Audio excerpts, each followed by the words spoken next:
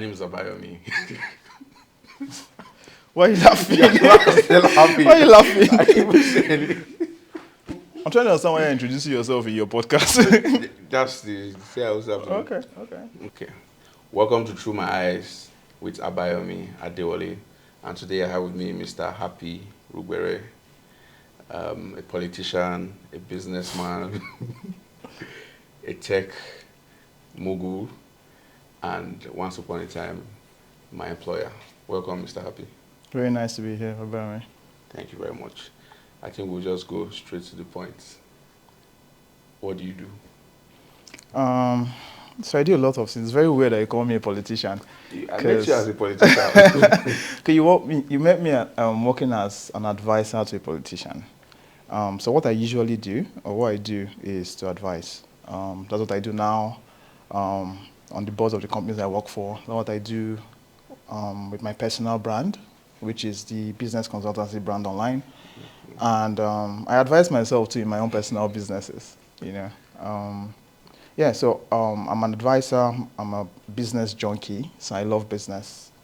I also worked in politics for a while. I had worked as an engineer for an oil firm.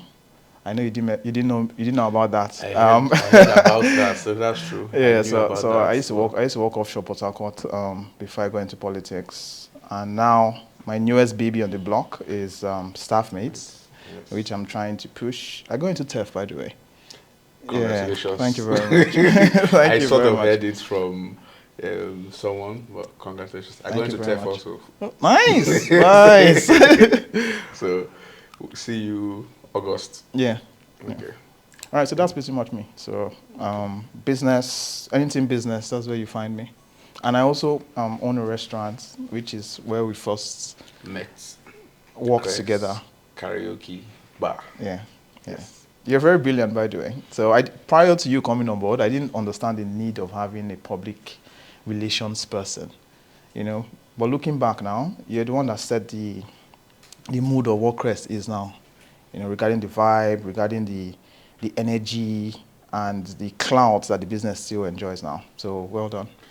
That's very humbling to hear, sir. Thank you very much for giving me the opportunity back in the day. I think that laid the foundation for a lot of things that I and a couple of other people that work with you have eventually done in Abuja. Myself, Troy, Melvin, we built brands from Soundwave to Monochrome to Afroya. So I think it was a very pivotal point for all of us. So thank you for the opportunity. You're most welcome. Yes, because I don't think when we came to Lokoja then, there were only hotels and outdoor bars. So I think Crest was uniquely different, and I think we were all curious and we were eager to work for a brand that was unique, and that shaped us into what we will eventually become in Abuja.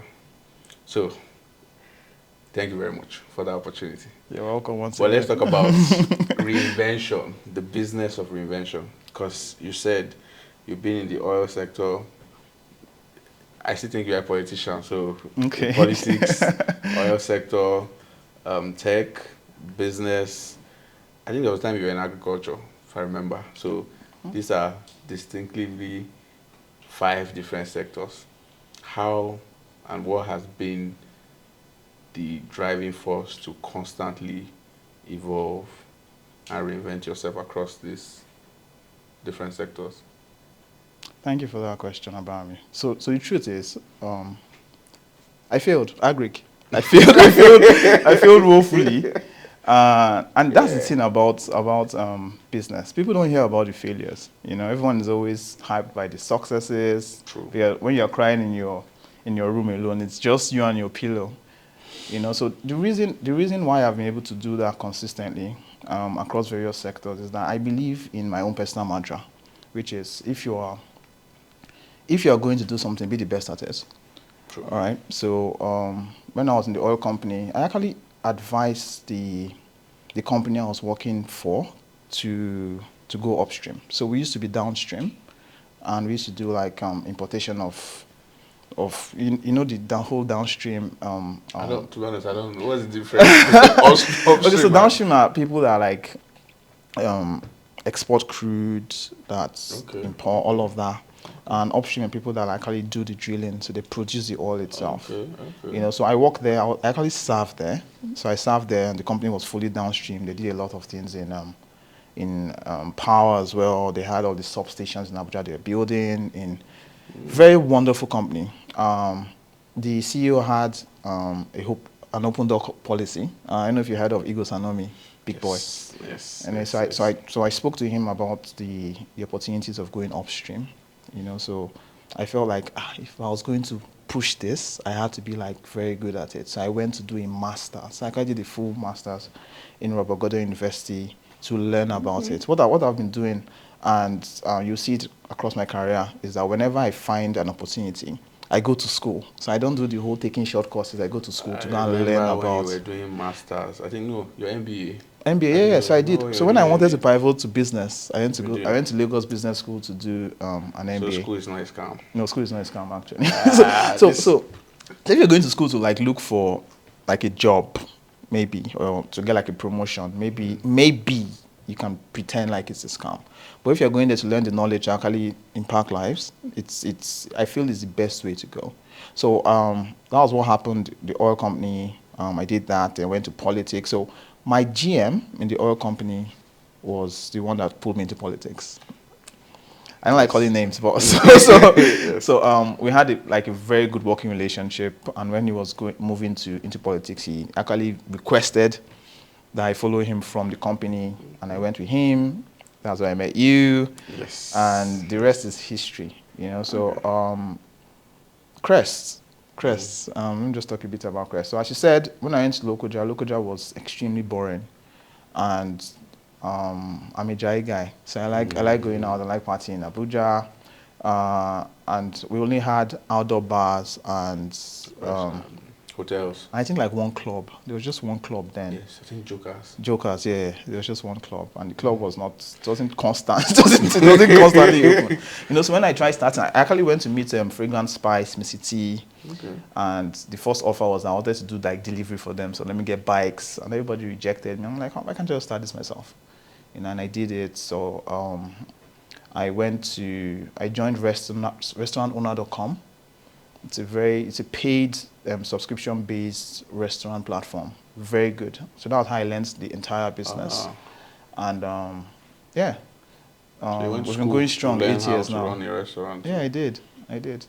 I feel like I can.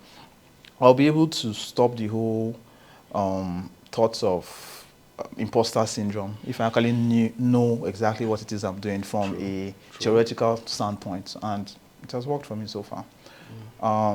So that was Crest. Then I did that for a while, and I noticed the consistent problem of hiring and rehiring, and people getting fired, people running away after they get paid salaries and all of that.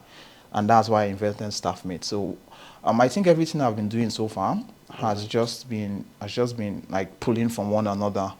I've learned to trust the process, so there's no knowledge that is lost. Whatever you're doing now is actually going to help you to do something else in the future. And that's how everything has been linked so far. So I like the parts where you talked about failing a lot. There's this thing Alex Hamosi said in his podcast with Chris Wills, and he talked about, he called it the graveyard of ideas. He said nobody knows how many times he has failed, how many business has crumbled, how many business did not see light. And I think through the experiences of those failed businesses, that was ended making them multimillionaires. So would you say the failed businesses were more important than even the successful businesses? Would you say those were things you gained the most from? absolutely. So I was talking to you recently. I was talking to you just now about Crest or NG. So I think that was 2020 after COVID or 2019. I think it was 2020, 2020, 2021. yeah. Within that time. So I had this very brilliant idea Yes. to create a marketplace in Lokoja, and I feel like the idea was before its time. Yes, it was ahead of So I its time. did all of that. I got the bikes. I got the website done, I and did I the just presentation assumed. for the website. I remember that. I saw like you on the shed. I'm like, I didn't know you worked on this as well. We did It sounded failed. good on It failed. paper. It failed. It Yes. failed woefully. So I did a meeting. I got all the vendors I wanted to use. And what I learned from that I'm applying to StaffMate now is that distribution is way more important than the product. True. You know, so I was very bent on making the website very fluid, making everything work, spending a lot of money actually, you know, on operations without thinking about how people are going to react to this service. You know, consumers are different among different climes. You know, I assume that since people do that in Abuja, it will be easy to do. They should do, and I do it in Kogi State. I was wrong. So failures do help you get better when you want to do something along the same lines, even something different. You know, I was talking to Mr. Friday recently about what happened at the oil company. So this was 2015 when oil price slumped to like $44 from over 100. You know, and all of us practically lost our jobs because we were there, but the project wasn't working anymore. Everything looked negative. And what I learned from that particular experience is you need to prepare for even the unforeseen circumstances. You know, the likelihood of that happening was 1 in a gazillion. You know, it happened. And something I respect my former boss for was that he always had a contingency plan. Yeah. And I do that in everything I do. Whenever I want to launch a new product, I always ensure that I have like a contingency plan. For example, you know, Crest is now in Federal University. Yes. Yeah, so we opened in Filele and we failed, hopefully. So the assumption was that we were going to open and we were going to like cater for the needs of students. Yes. So we're competing with other students and all of that. It didn't work out, and we shut down for about 6 months, and we repositioned and we're opened again. So what I just feel is the more you fail, the more you know what not to do.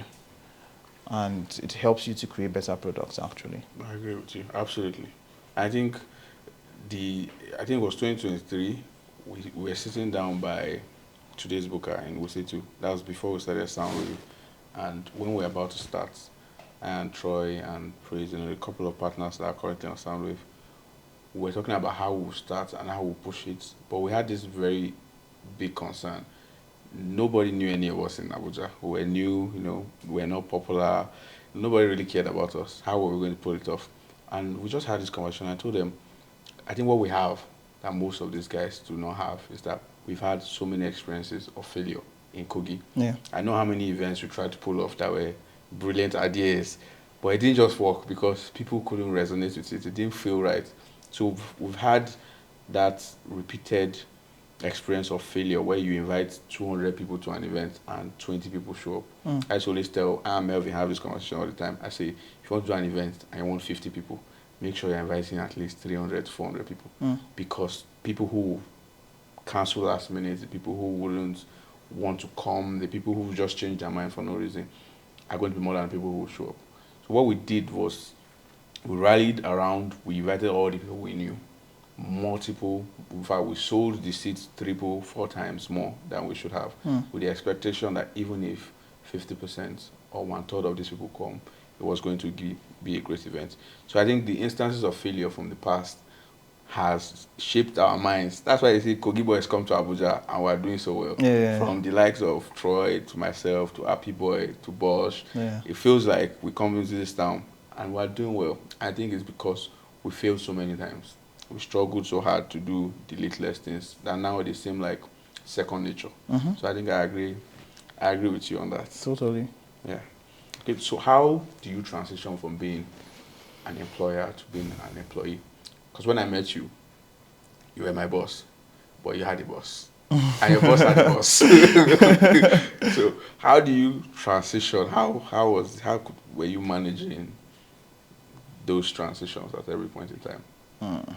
I like what you said. So everyone has a boss, actually. So even the boss I know has a boss. Everybody has a boss. So the thing with transitioning is you need to focus on value. You know, I started by saying that if I'm going into any space, I try to be the best. Not be the best to be the boss, but be the best to deliver the best value that I can deliver. So with that mindset, it's easy to get into a space and know that, okay, this is what the deliverable is. So if, for example, the restaurant, I didn't open Crest to sell drinks and sell food. I opened it to create an experience. You know, I wanted people to stop being bored So True. whatever I'm doing, whether I'm creating VR, whether I'm doing money heists, whether I'm bringing Ozo, whatever it is I'm bringing in is to support that value, which is to stop boredom in town. I feel that whenever you're transitioning into anything, you need to understand that the value is at the center. What did I promise customers? What did I promise my clients I'm going to give them? And give that. So it doesn't matter if you have the skill. So as I said, if you don't have the skill, you go and find the skill. But ultimately is to ensure that what you promise is what you deliver on. And I feel that's what has helped me to transition from politics. So when I was in the oil company, I was doing really well. My boss loved me, so he brought me to politics. I didn't. So when I went to local, this is a very funny thing. I didn't even know there was anything like deputy governor then. Really? Yeah, well, I thought it was like vice Right. governor. Yeah, Okay. yeah, Okay. I very mean, weird. So I didn't have any idea. So I used to work in London. So I didn't have any idea about what Nigerian politics was like. I knew there was a president, I knew there was a vice president, but I didn't the know about governors. state level. I didn't know about commissioner. I didn't know any of that. So when Uh, he texted me, I was like, chief of staff. I'm like, chief of staff. Okay, I had to go and Google what chief of staff was. But the fact that I knew what his plan was, he wanted to be different. He yeah. wanted to be very impactful, and I knew that my job there was to support him in doing that. It was I very think easy for me to it was very focus. different. Yeah, it was. It was very easy for me to focus on the value Like, bro. he was trying to create and support him in that. Same thing for everything I've gone into. Same thing I'm doing now with staffmates. So I don't know if this is the time, but staffmates is was created to reduce the staff turnover in Nigeria. The reason I'm doing hospitality now is because hospitality industry has the most turnover. True. People just join today, next week they've got another job and they leave. So each time we want to think about doing more things, I remind my team that we have to focus on the value we're trying to create, which is that we want staff to stay. It's expensive, it's Yeah. tedious, but it's something that I know that if we keep at it for a long time, we're actually going to I break think through. there's that struggle in Nigeria, as you said, in the hospitality entertainment industry. Yeah. A friend of ours was telling us he works at one of the biggest strip clubs in Nigeria. Oh, So yeah? typically sometimes they bring foreign strippers, they hire them and they have contracts, 1 year, 6 months. And he said what happens is that 3 months into the contract, stripper has fallen in love with maybe one of the regulars or someone has promised them a better life. I know people you spent millions to bring from some other part of Africa or Trained. Europe and trained, Yeah. invested in, housed, and 3 months into their contract, they say they have to leave. They want to leave. And you can't stop them because even when you try to, or you bring back the contract, all they can just do is fly out, go to wherever they are coming from, and then you are left with a deficit that cannot be filled up. So I think there's a struggle, there's a huge struggle, Yeah. even for me in the tech space, in the entertainment space, there's constantly issue with staffing. Yeah, there And is. sometimes it seems like you're obsessed with the idea of staffing. But I think I learned that from you. There's, I always tell my people, if there's anything you are doing, it's very simple. If you find yourself doing it, you give it 100% Yeah. because 90% is not enough. You don't cut it. Yeah. Yeah, so there's always an issue with staffing that I think staff mates can solve. And hopefully maybe after this we can see how you can help us. Yeah, yeah. So As far as we've actually pushed it quite a while. It's a difficult space. So I have a lot of competition. I have them Sage HR. I have Okay. Zoho. I have a lot of people that are in this space, but no one's actually focusing on the peculiar problem of people leaving businesses and foregoing contracts. So what I realized is that it's very difficult to take someone to court over 150K or 250. Yes. It will stress you. It will stress you. You So you spend more. you spend more money And trying waste to time. drag 150K, and the person you've lost the relationship. The person wouldn't want to work with you Yes. anymore. People can even decide to just go back Yeah. to their village and there's nothing you can do. So before I started staffing, I've been doing this for in Crest, like without the tech bit, without all of that, for close to 1.5 years now. What we're doing was just testing the model, doing everything brick and mortar to see if it actually works before we come out and say, okay, we can actually do this for people. So I have staff that work with me for over 2 years, over 3 years now, and they're happy working, and I know they're going to work for a long time as well. So I feel the model would work. I think it's something that is needed right now. And as I said, I'm focusing on the fact that people like you, people like everyone else has the same problem. So it's easy for us No, to... we have the same problem. Yeah, yeah. We have the same problem. But I think I humbly admit that sometimes the problem also is not just the staff, but also the management and ownership. I think people are not self-aware enough to realize their own faults and how that flows down to their staff. Mm. Because sometimes I have to be conscious enough, and maybe my partners in any business to say, "Oh, I think we're messing this up.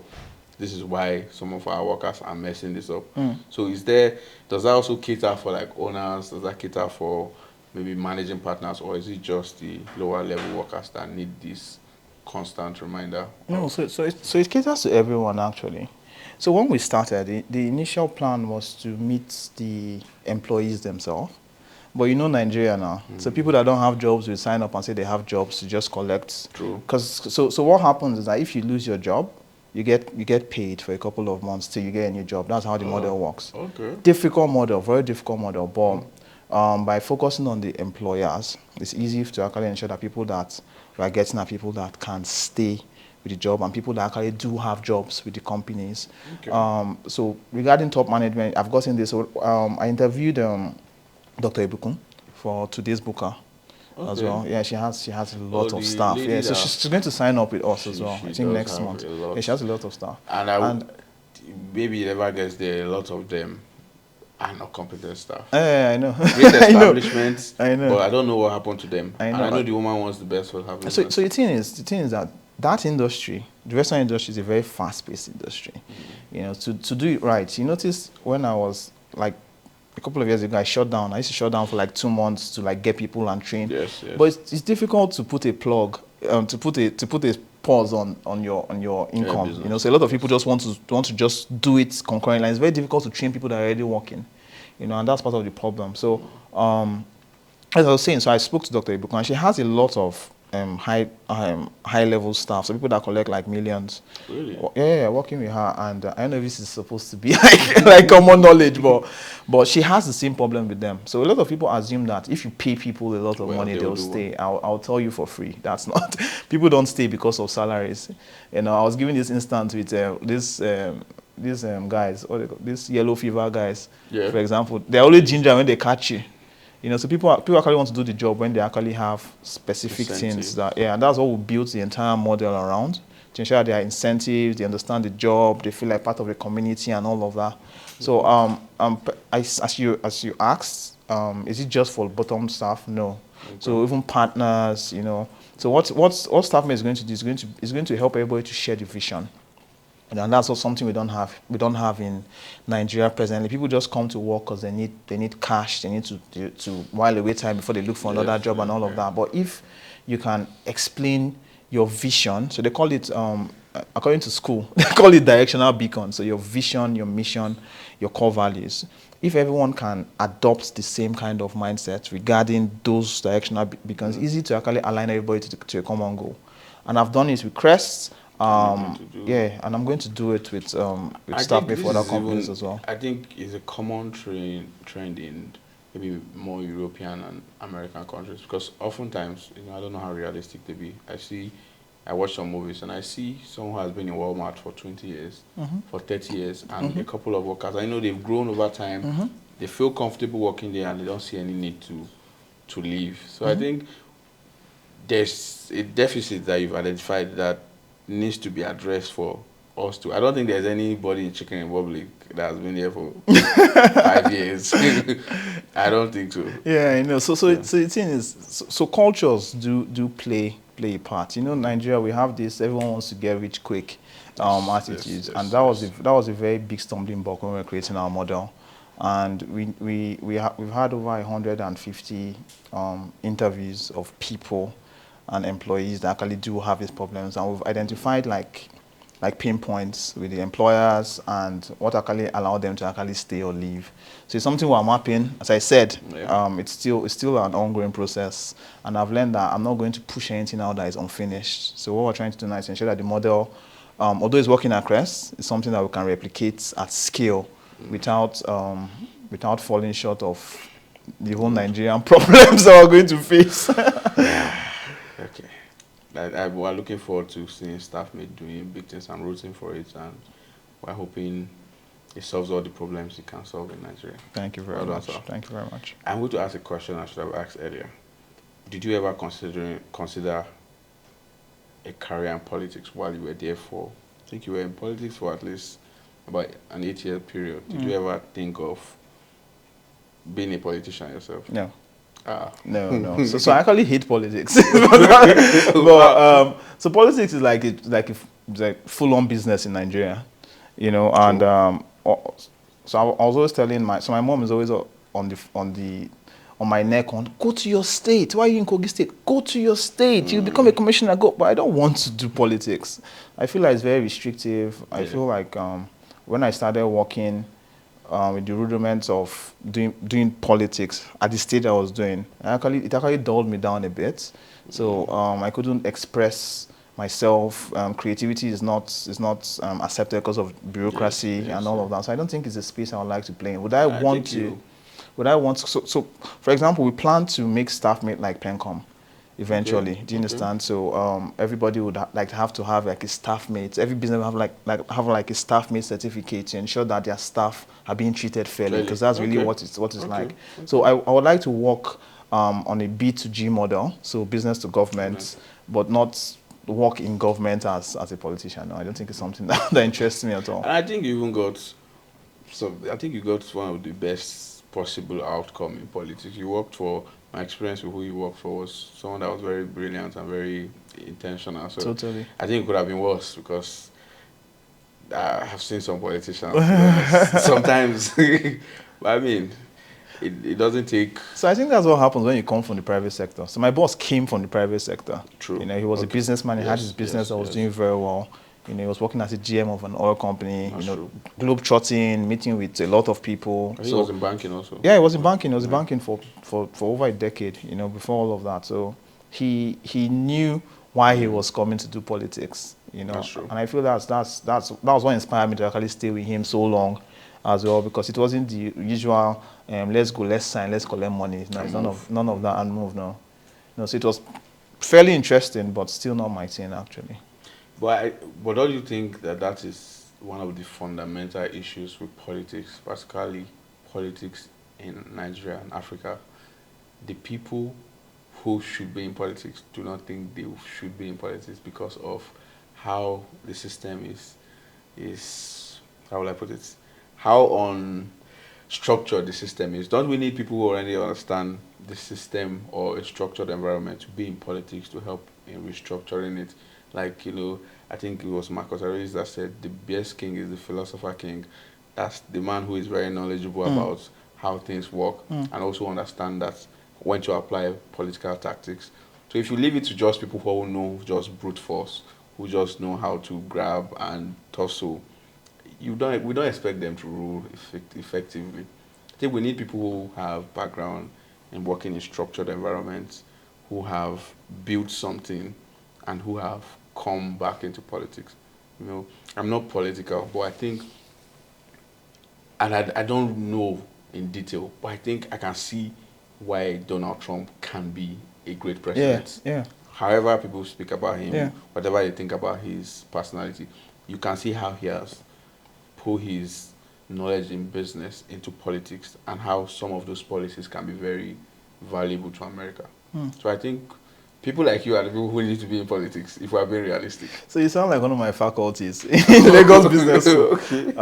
And Professor Bongo, so he always says this as well. The thing with politics is, so at the local government level, it is the local government's party that selects who is going to be in the local government. Same thing at the state level is the state's party people. So he was advising that everyone that is in class here should go and go back to their local government and go and join the. But you can't be there and your chairman will be like an Okada rider. True. So I feel like the environment doesn't support. I don't. It's something I talk a lot about with my friend Generator Girl. So she wants to go into politics as well. She's always telling me, "Happy, we need to go back and take over Delta and show them that people that have sense can actually be in this stuff." But I think I'm willing to wait till that happens before I put my feet in, because I don't want to be stabbed or shot in the name of trying to help people that do not even know if they want to be helped. That's true. So I think that's discouraging for a lot of people. A lot of people that are in the private sector, in Nigeria, nobody wants to go and risk their lives to go and try to struggle for ballot paper and all of those funny things that happen in Nigerian politics. So maybe when that time comes, something I'll consider. But for now, with the way the politics is run in Nigeria, I don't think it's something I'd like to venture into for now. I think I can understand that. Yeah. But by little knowledge in even school, student politics back in the day, I wasn't even part of it, but just by affiliate, I never looked back. I never wanted to be in that space. It felt like you were, sometimes felt like you were fighting for people who were born to fight you back. So Yeah. I think that was just Yeah. not something I could do. I can relate, bro. I can relate. Okay. I think I understand. Why, I think you sort of answered it before, but I think you just need more details. Why tech and why now?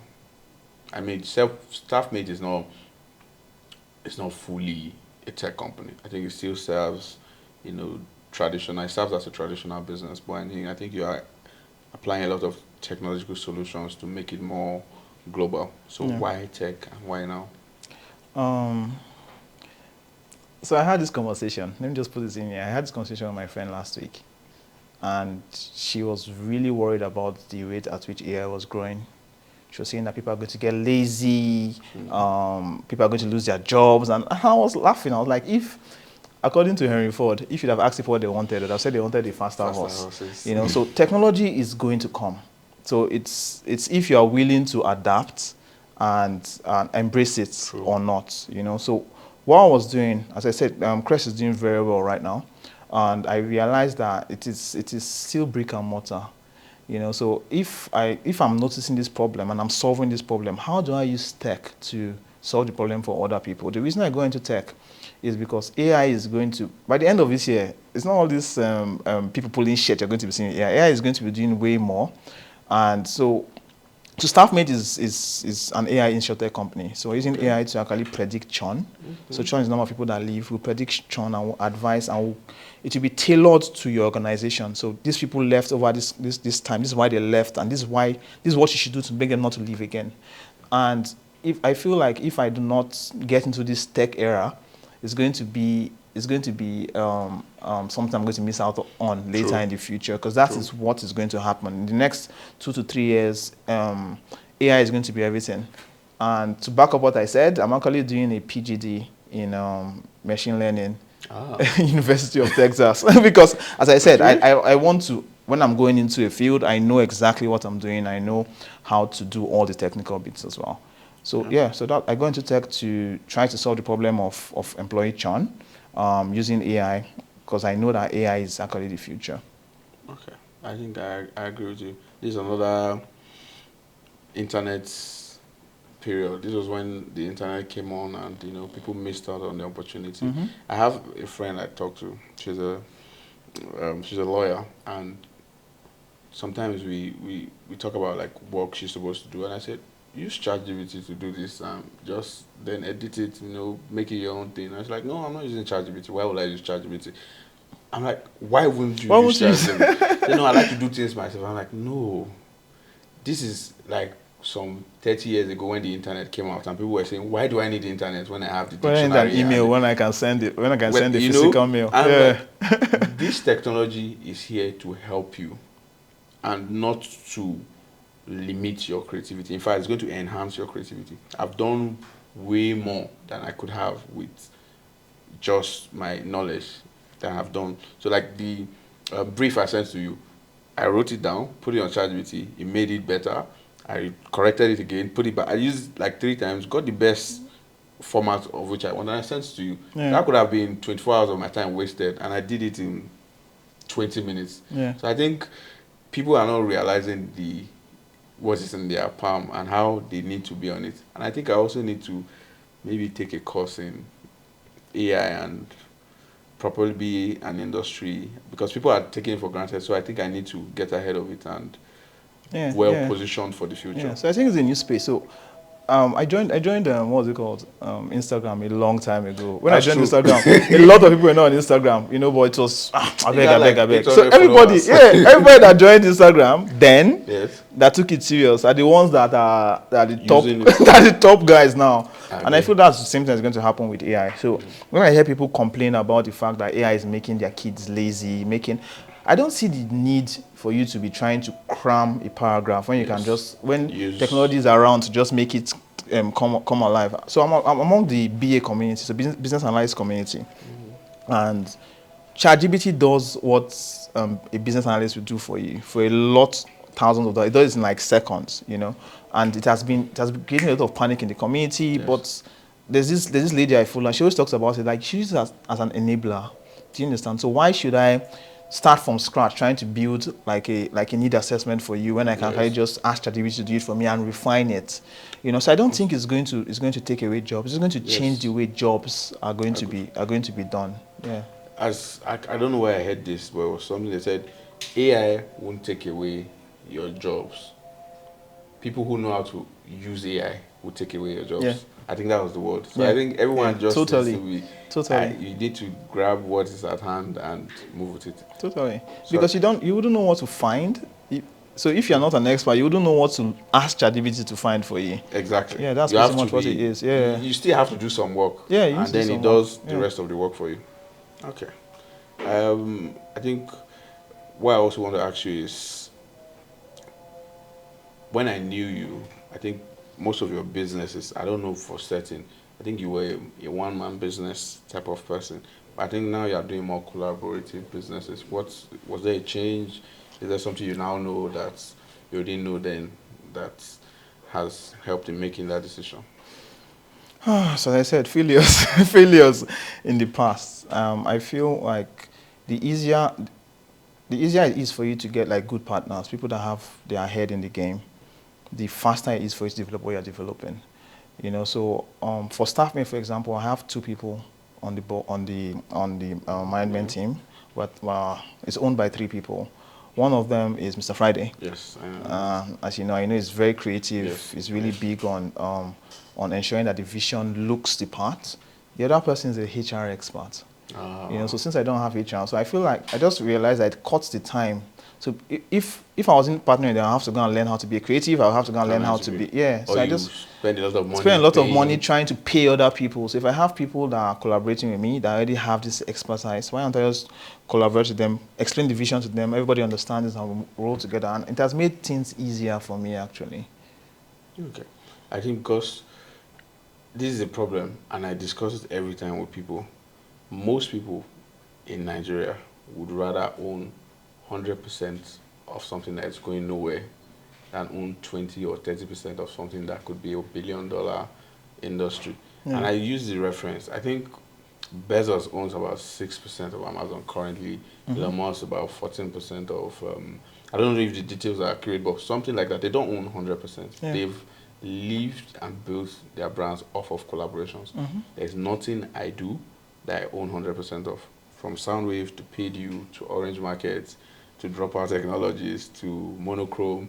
In fact, the person you met earlier, Gigi Jasmine, that's my partner on Monochrome. Oh, cool. Yeah, so when you see value that can be brought into a partnership that can help make 10x, 20x the project, I wouldn't, like, it doesn't make sense why people do not jump into that collaboration. Do you know why people would rather not do those collaborations than, I think it's a bit of pride. So and I agree. I think it's a bit of pride. So I've Yeah. met so I do a lot of consultations for businesses, as you know, and I hear this a lot. So I'm like, why are you doing it alone?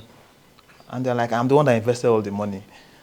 I'm like, okay, so if you keep investing money and you don't know what to do, how does that help you? I feel like there's this pride of everybody wants to feel like the owner. They want to be the one that is spearheading. They look at all the Mark Zuckerberg and assume that Yes. Mark Zuckerberg, Facebook, and they just assume that that's how There's it should be. So nobody it should be else. me but there are a lot of people under their belt. There are a lot lot. of people. I think Facebook was founded about 4 or 5 different people.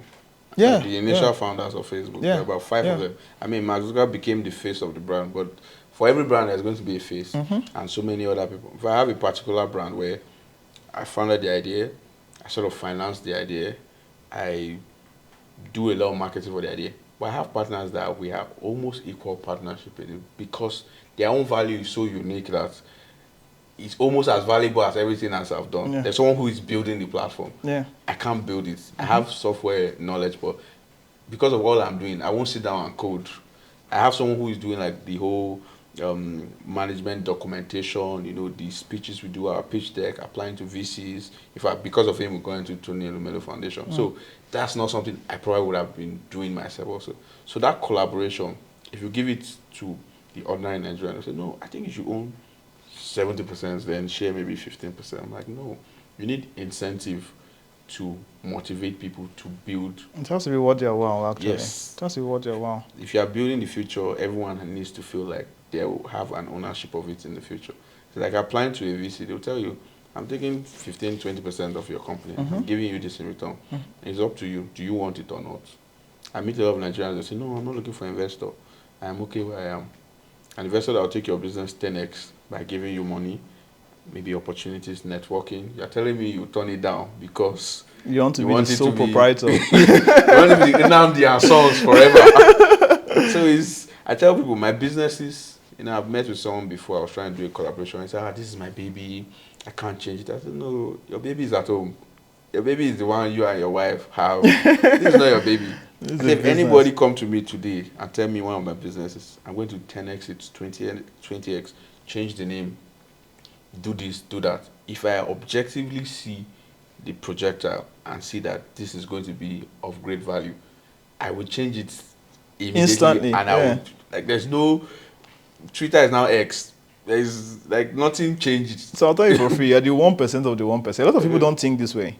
And it's something we need to start with. I'm very happy that you're talking about it. Something you need to talk about more because people need to understand that partnerships actually for growth. Yes. That's the easiest way to scale, to get people that have the knowledge and skills and finance and other things that you don't have to be able to augment what you do have to grow. Very good. Thank you for this. I think as you said, we need to have more of these conversations. Yeah, we more do. of this type of Nigerian business stereotypes. I don't even know if they are not even stereotypes. They are the reality in businesses. People see Dangote, and I don't know for sure, but I can tell that Dangote is not the only person running the whole infrastructure of Dangote. They have so many people behind the scene running it, but because it's Dangote, people just think, no, let me build my own. Nnamdi and Sons, like you say, Amara and Sons. So it's really. So I'm going to do. We just have like few more things to discuss and we're done. So we're just going to do a throwback. When I worked for you in the past, what was something you think should have been done better from my own end and your own end that could have maybe made me working for you then a better partnership? That's a good question. So looking back now, we probably would have pulled you in as a partner.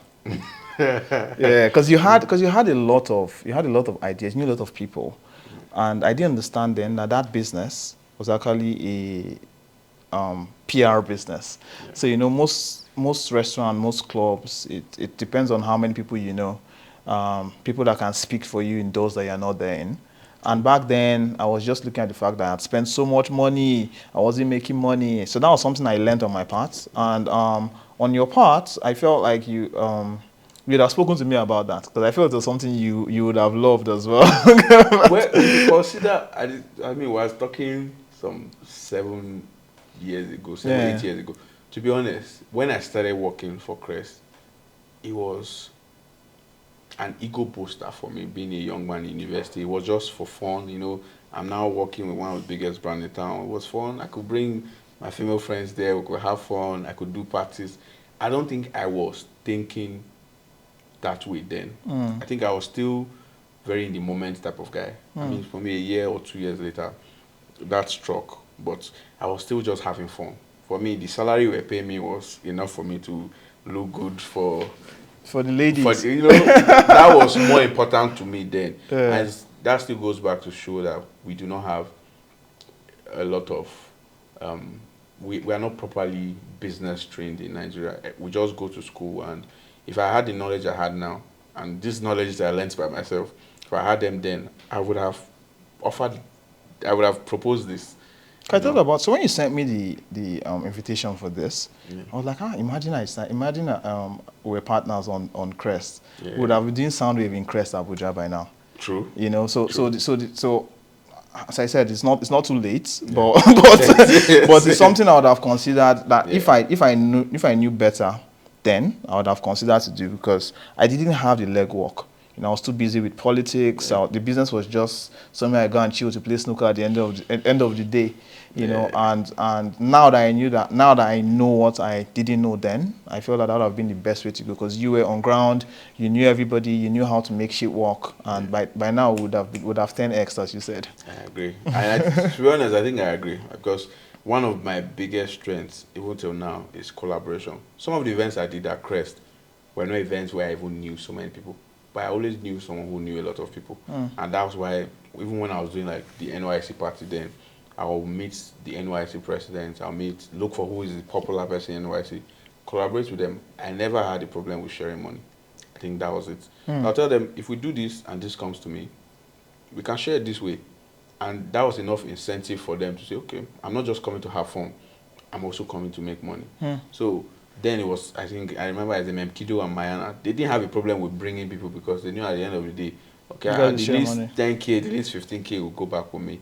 So I think that was the value I had then. I knew clusters of people by knowing the most important person within that group, and that's what I still do till date. And I think that's also enlightened me till now. I'm big on collaborations. So now if I'm doing something for you and I'm saying I'll bring a lot of value, I'm already saying, bro, I want this, I want that. Let's sign a contract, and I'm in. So I think I should have proposed that. I should have. I think we're done with. I had some things I wrote down. So Okay. I think we've gone through most of them. And what is your biggest advice for the future?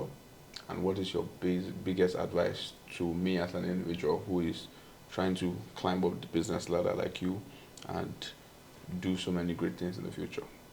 So keep at it.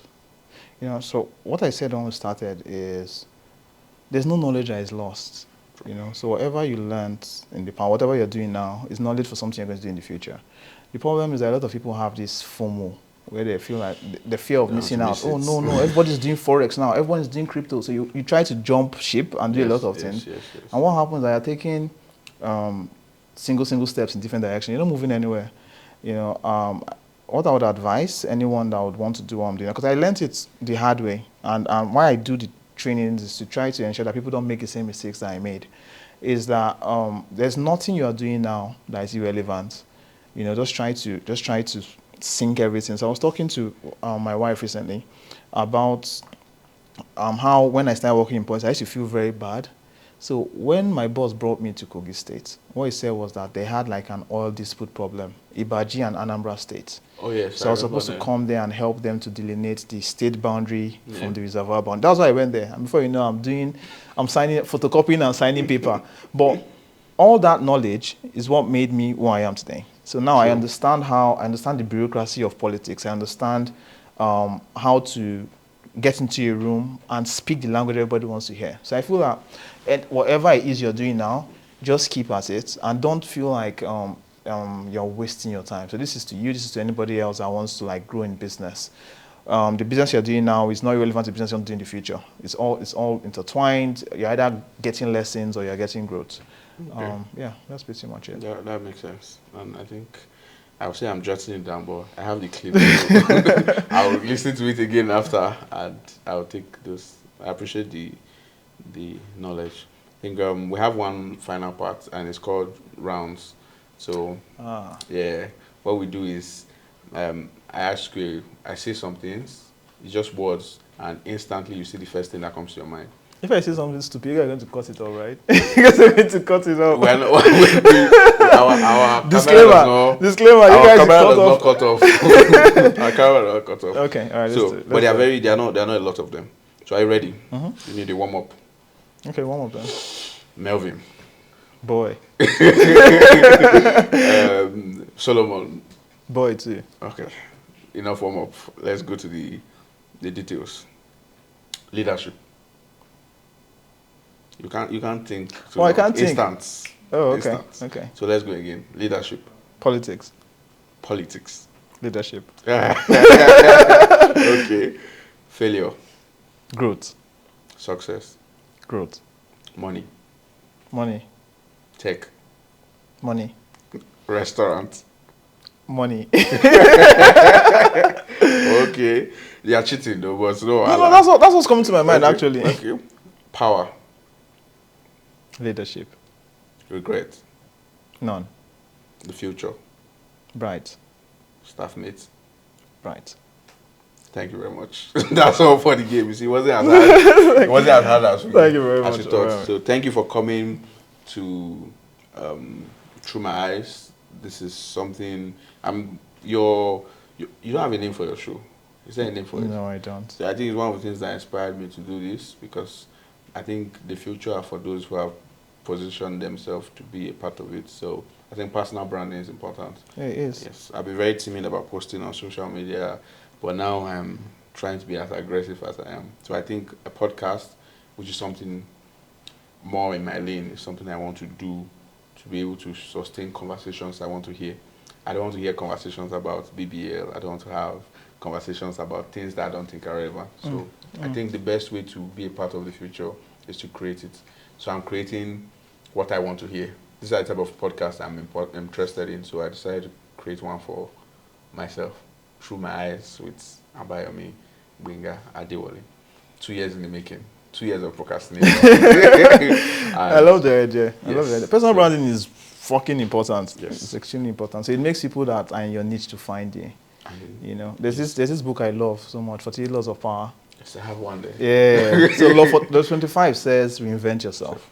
You know, so when you knew me, I didn't have a hearing on, I didn't have all of that. That's true. And I realized that if you want to play in a space and you want to be seen, it's good to actually reinvent yourself Sure. to fit into that space, you know. And the demographic of people I'm trying to reach are people that understand the way I Yeah. dress and don't complain about it. So, Okay. so I feel personal branding is It's very important. top I of think the people line. are caught in the loop or in the lie that just be yourself.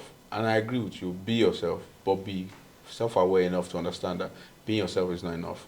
Myself 5 years ago is not the same self I am here. So you have to constantly work on reinventing yourself. 5-7 years ago, I hadn't read 48 Laws of Powers or 50 or 100 other books I've read between then and now. And that has shaped me. So I think be yourself also means being the best version of yourself.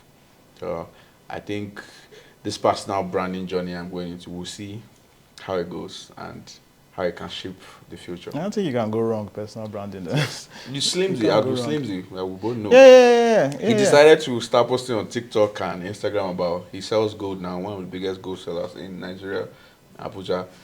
And now he's having 500,000 views, 1,000 views, 1,000 comments, and he's gained 10 times the amount of customers he ordinarily would have gained if he Yeah. wasn't where he is. So I'm curious to where this will be in the next 6 months. And thank you for being I look in forward the to it. earliest version of Through My Eyes. So thank you very much, sir. And You're this welcome. comes, except you have anything else you want to say. Oh, it's good. Okay. So this comes to the end of Through My Eyes. And how can people connect with you for those who are interested in knowing? Yeah, so follow me, Happy Derugbere on Instagram. You guys are going to see a lot of me when Staffmate starts its marketing. We've not started marketing yet, so you guys are going to see a lot of me. Yeah, something else. I'm also working on a book. Okay. So learning business from Amara's mistakes. So it's a comic book. It's cartoon. It's very easy, but you can learn like MBA 6 years lesson in 15 minutes. It's like really good. So I hope you're going to buy as well. I am going to buy for, and I'm going to buy for myself and at least. Yes, it has 3 of my friends. templates. There's no way you can go through. So the series, and the first one is no way you can go into it and not start business properly. Okay. You know, so it's very easy, very simple, 20 pages, but very impactful. I'm looking forward to that. What did you call the name again? Learning business from Amara's mistakes. Learning business from LB Farm. Yeah, coming Learning to Business Farm. a bookstore near you. So I'm looking forward to that. All right. And Thank you hopefully very it will much for your inspire time. us to also write a book sometime in the future. Yeah, you should. You All should. right. Thank you very much, Mr. All Happy. right then. Thank you very much. All right.